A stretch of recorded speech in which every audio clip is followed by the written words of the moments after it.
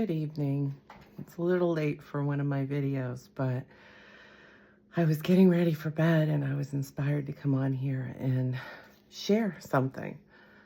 So a friend of mine, she makes custom malas, and basically what malas are is they're not beads, they're actual crystals.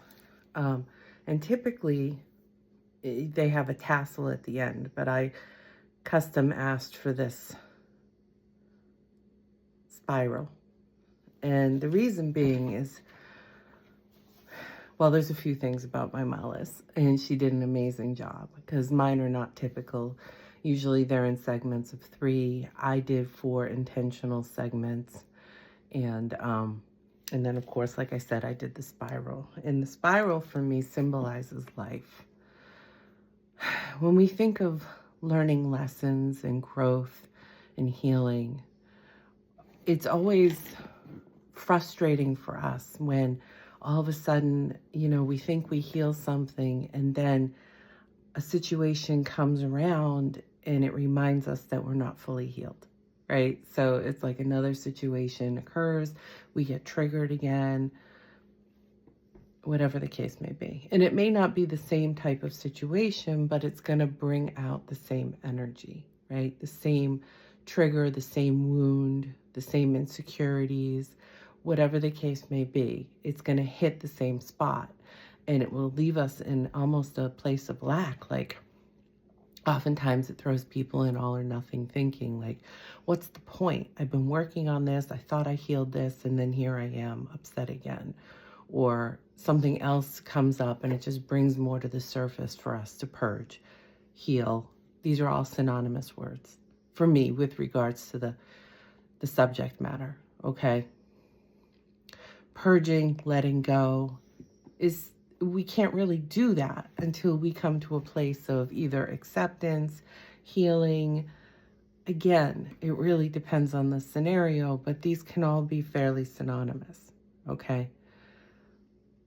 Healing, growth,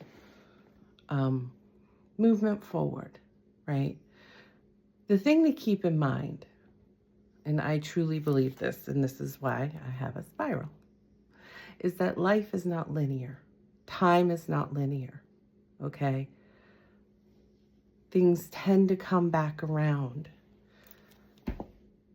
We move in almost a circular motion, similar to our solar system, okay? It doesn't appear that way in life, but situations or experiences tend to come back around. The thing to remember is when you are working actively on something like healing or purging or letting go or forgiving or accepting, whatever the case may be, and it comes back around in some other form but triggers the same wound, remind yourself, okay? It's a gentle reminder. Give yourself grace because we're not perfect. We're learning here, right? But when that happens, don't all or nothing it, okay? Try and look at the nuances, the differences. Like maybe the last time this hit me, it took me out of the game for a month. I don't know. It depends. There's all kinds of things that can impact us. All kinds of wounds that people hold. I ran into this morning, actually. I woke up and I was struggling with something that I thought I had stopped struggling with. And I realized, wow, well, from a astrological sense, we're in Mercury retrograde, which happens 3 times a year. And this one will last, I think it started on February 26th and it will last until March 20th, I believe.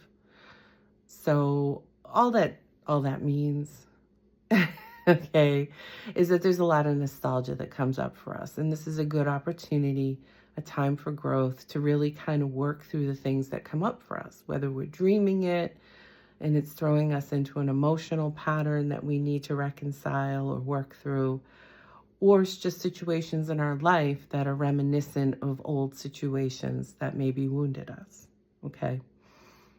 This is just an example. And I know I woke up kind of an old way of thinking, but I was more of an observer this time. I wasn't like in the emotion so much as witnessing this coming up for me. And what I was able to take from that was that there's progress.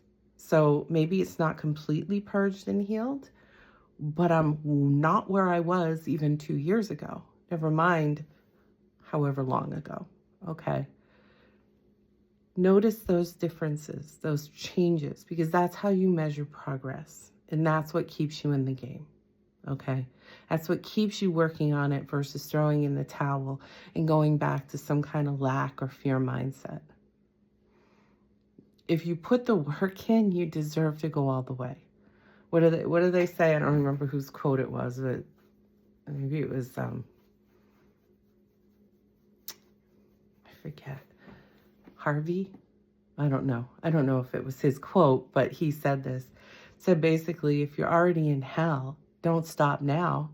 You got to get through it, right? Now, it's not going to feel like hell for everyone. Some people it will. Healing's not for the faint of heart.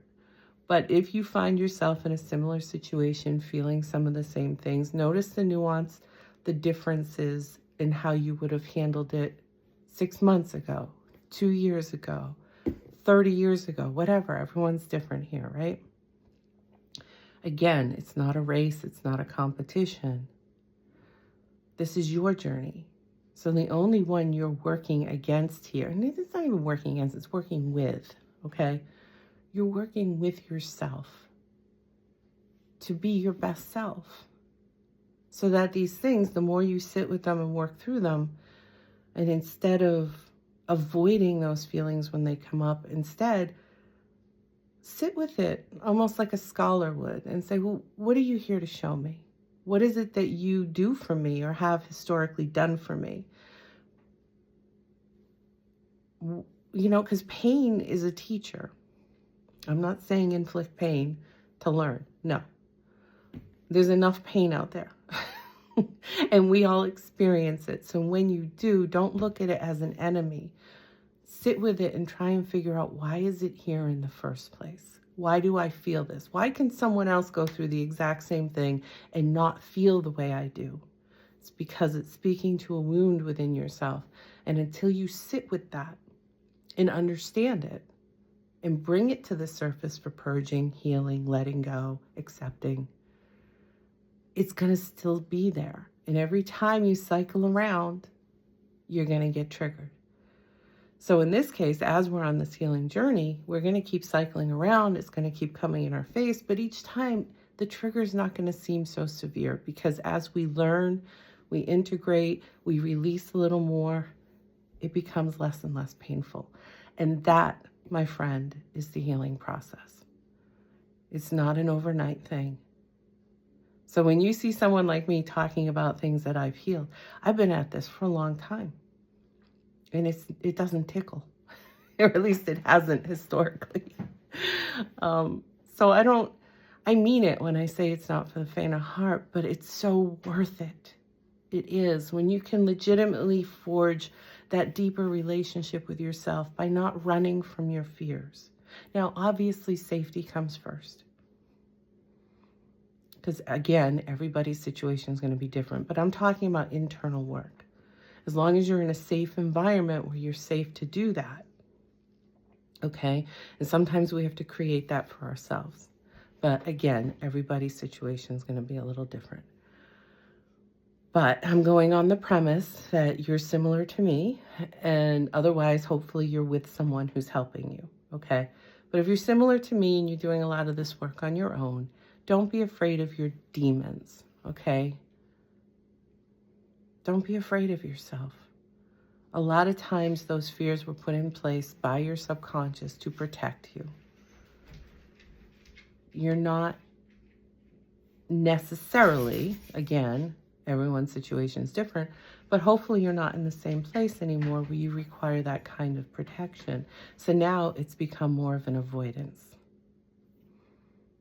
And not everyone's out here avoiding their problems either. So for those of you that aren't avoiding and that you find these things come back around and you're like, I thought I fixed that, it's not a one and done. Okay? Life is cyclical. Lessons keep coming around. Eventually, they'll come around and it won't trigger you at all, and you won't even notice it. because it'll be healed. But until then, it's going to still trigger you on some level. Notice the levels. Notice the difference. Okay? Notice that, well, if this happened 2 years ago, I might have done this, or this might have happened. That didn't happen, but it still hurt. Well, all that hurt is telling you is that there's still more there to purge. There's still more to work through. And we don't do that by avoiding. Okay? So that was my 2 cents. And I also wanted to share my malas. All they are is, it's similar to what you would consider like a rosary bead, right? Except with a rosary bead, you're saying the Hail Mary and the Our Fathers at the segments. With this, it's really about setting intentions. So you can play with it or whatever, but because they're all crystals, they're not just beads, it generates a different kind of energy. So it's good for manifestation. It's good for intentionalizing, especially if you're doing mindful work, being present, and manifestation type work, right? So they're great to have. And oh my gosh, she did such an amazing job on these. I might talk about that another time. But in any case, I just wanted to share that. If you have any questions or whatever, feel free to reach out. Otherwise, I'm wishing you all the best. Be kind to yourself. Give yourself grace, okay? Even if you don't think you deserve it, I'm telling you, you do. Mistakes are proof we're trying, okay? We all make them. It's what we do with them that matters. All right? Integrate the lessons and move forward. All right? Have a good one. Sleep well, and I'll talk soon. Bye.